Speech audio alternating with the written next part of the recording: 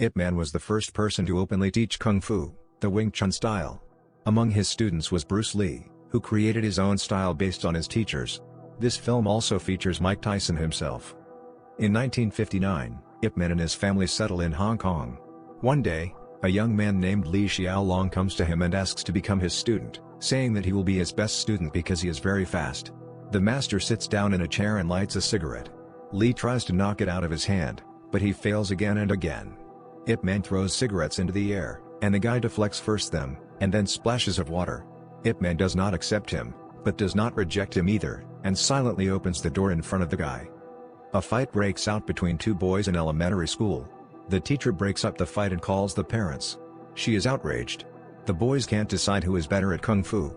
Ip Man's family invites their son Chun Fun's classmate to their home for dinner to make amends for ipman. After the meal, Chun Fun approaches the Makiwara and demonstrates some techniques. To Ip Man's questions, he says that he is trained by his father. At that moment, there is a knock at the door. It's the father who came for his son. He wants to know what happened. Ip calls the boys over and they apologize to each other. Now they are friends. The men also shake hands. Leaving Ip Man's house, Chiang Tin-chi promises his son that he will also become famous as Master Ip. At night, the man participates in underground fights. He needs to earn money. While they are fighting, the fight organizer Ma King Sang, a local tribe leader, comes out to meet the boss. Frank asks about the progress of his task, acquiring the local school building. Ma promises to do it in a month, but Frank only gives him 2 weeks. After seeing the fight, Frank asks about the style, and Ma calls it Wing Chun. Eternal Spring is a very cool style. Master Tin brings a young reporter to the cafe. Each table belongs to different Kung Fu schools. Here is the table for the champions, and here is their teacher, Ip Man. The journalist is writing an article about martial arts and asks permission to take pictures of the masters and their students. Ip Man is invited to sit in the center, but he is called to the phone. His wife reminds him that they were supposed to go to dance lessons today. But since he is late, he should pick up his son from school. In front of the building, Ip Man meets Chiang, who gives him medicine for bruises and finds out that they are both adherents of the same style and even studied with the same teacher, though at different times. Ip Man reminds him that everyone has strengths and weaknesses. He is no exception. Chiang suggests having a friendly duel. The lessons are over. Ma comes to the school with his fighters. He demands that the director sell the building, and when the man refuses, they start to force him. But Ip Man comes to his defense. Grabbing Ma, he calls the police. Police detective and Ip Man's friend, Fat Po, agrees to help, but when they come in the morning, the school staff and students find the doors boarded up. The people are worried. Will the school be demolished? IP's students clear the rubble and open the doors. Ip Man allows them to organize the school's security. Late in the evening, Ip Man's team is about to go home. All is quiet and peaceful. Suddenly, a crowd with sticks bursts into the school grounds. A fight breaks out. Several people break through and set fire to a classroom. Chung, who was passing by, rushes to help. The men successfully repel the bandits' attack, and they are forced to retreat. The director announces that the fire has been put out, but the school has been badly damaged. Ip Man is upset. He underestimated Ma and thanks Chung for his help. The next day, Chung and his son inspect the premises. He intends to open his own Kung Fu school. Ip Man's wife feels frequent abdominal pain, but prefers to treat herself. Master Tin curses the day he took Ma as a student, because he uses Kung Fu for evil. He disgraces his school. Tin rushes to his former student. Ip catches up with the old man. Ma Shen, at the head of the gang, meets the masters and begins to mock his former teacher. He has no intention of being like him, an honest poor man with a conscience. He may be Frank's errand boy, but he has money. Ma pulls out a knife, but Ip stops him. At Xiang's signal, his henchmen run up, but the police officer Po appears and demands that they disperse. Under the threat of weapons, the bandits retreat. Fat Po explains that Frank has bought the police chief and he can't do anything. Ip Man's wife goes to the doctor and learns that the prognosis is not good. It looks like a tumor. But everything will be known for sure after the examination. The upset woman goes to the school and sees how the women are vying with each other to treat her husband to lunch. Ma Shen approaches Chung after the fight and offers him money. He needs a good fighter to deal with someone. Chung refuses. Then Ma is advised to find another place for fights, and the man gives up. The next day, Chung goes to Tin's workshop. The old man puts up fierce resistance, but the forces are not equal. Ip Man's wife is outraged. How much longer will this go on? He is constantly at school. The explanation is interrupted by a call from the hospital. They report that Master Tin has been badly beaten. It turns out that Ma asked the nurse about this, and immediately after the call his team goes to the school. Ma's bandits grab several students and push them into the car. Shen demands that the director be brought, otherwise his students will be sold. Ip Man comes to Din, and he says that he did not ask to call him at all.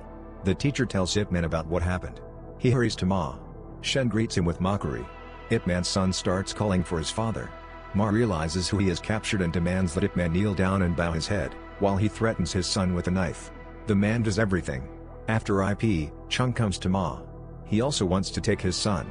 Shen gives him his son. Ma invites IP to stand against 11 of his fighters. The fight begins. Chung's son asks his father to help free his friends.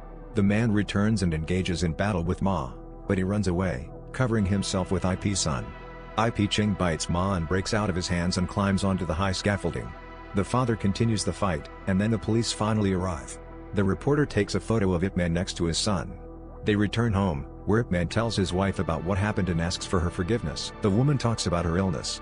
They go to the doctor, where the diagnosis is confirmed and there is no hope for recovery. Frank is furious about everything that has happened. The police chief advises him to keep a low profile and lay low for a while. The mafiosi are looking at a photo of Ip Man in the newspaper. He is now his personal enemy. In a rage, he beats Ma up and kicks him out, and sends a fighter to kill Ip Man. Ip Man and his wife are in the elevator when the killer enters. Ip Man realizes who he is, but does not show it. When he attacks, he defends himself and the woman and defeats the opponent in a difficult fight. Ip Man goes to Frank. He sees how he trains and realizes that he is a strong opponent. Frank is surprised. Is this the man who is called the best fighter in China? He has heard about the Wing Chun style and suggests testing whose fists are faster.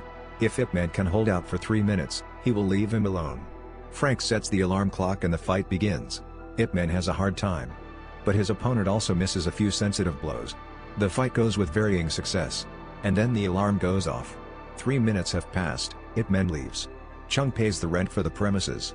He is ready to open the school. The landlady shows him a photo of Ip Man in the newspaper. Chung goes to the reporter. He wants to be written about too. He saw Ip Man's style and doesn't think it's real, so he's ready to challenge Ip Man to a duel. Lee expresses distrust of his words.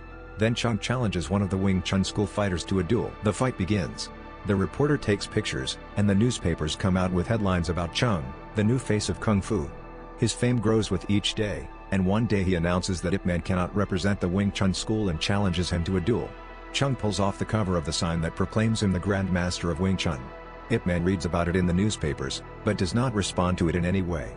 He is constantly at the side of his dying wife, encouraging her, going to the movies with her, taking her to the hospital and trying to support her. It gets to the point that Chung takes it upon himself to sit at Ip Man's table. One day, IP comes to the dance school and meets Li Xiaolong there. Of course, he cannot know that this is the future famous actor and fighter Bruce Lee. The guy offers to exchange skills. He will teach the master to dance, and the master will teach him to fight. IP agrees and explains that he did not refuse to teach him, he simply opened the door. And Lee left of his own free will. The day of the fight arrives. Masters, students and many spectators gather in Chung's hall. Everyone is waiting for Ip Man, but at that time he is dancing with his wife. The appointed hour arrives, but the master does not appear. The judge announces Chung Tin-Shi as the winner and the true representative of Wing Chun. The audience is divided, some are outraged, some rejoice. Chung gives a speech in which he says that, apparently, Ip Man himself realized his mistake and now he will lead the school of true Wing Chun to prosperity. Passions run high. Vincent loses consciousness, her condition worsens. Now Ip Man is constantly with her in the hospital. One day, the woman sends a letter to Chung Tin-Shi with her son. She asks her husband to take a picture with her, and he takes her to the studio, where they take pictures. And then she thanks him for devoting all his time to her and admits that she asked Chung for a new fight and set a date. She wants to watch his training. Ip Man gets up to the Makiwara. On the appointed day, Vincent accompanies Ip Man to the fight. Two masters come face to face. The first duel takes place on poles, followed by butterfly swords. Both masters show miracles of mastery of weapons and body. Their sons are watching closely. The swords are thrown away, a hand-to-hand fight begins. In the end, Ip Man defeats Chung.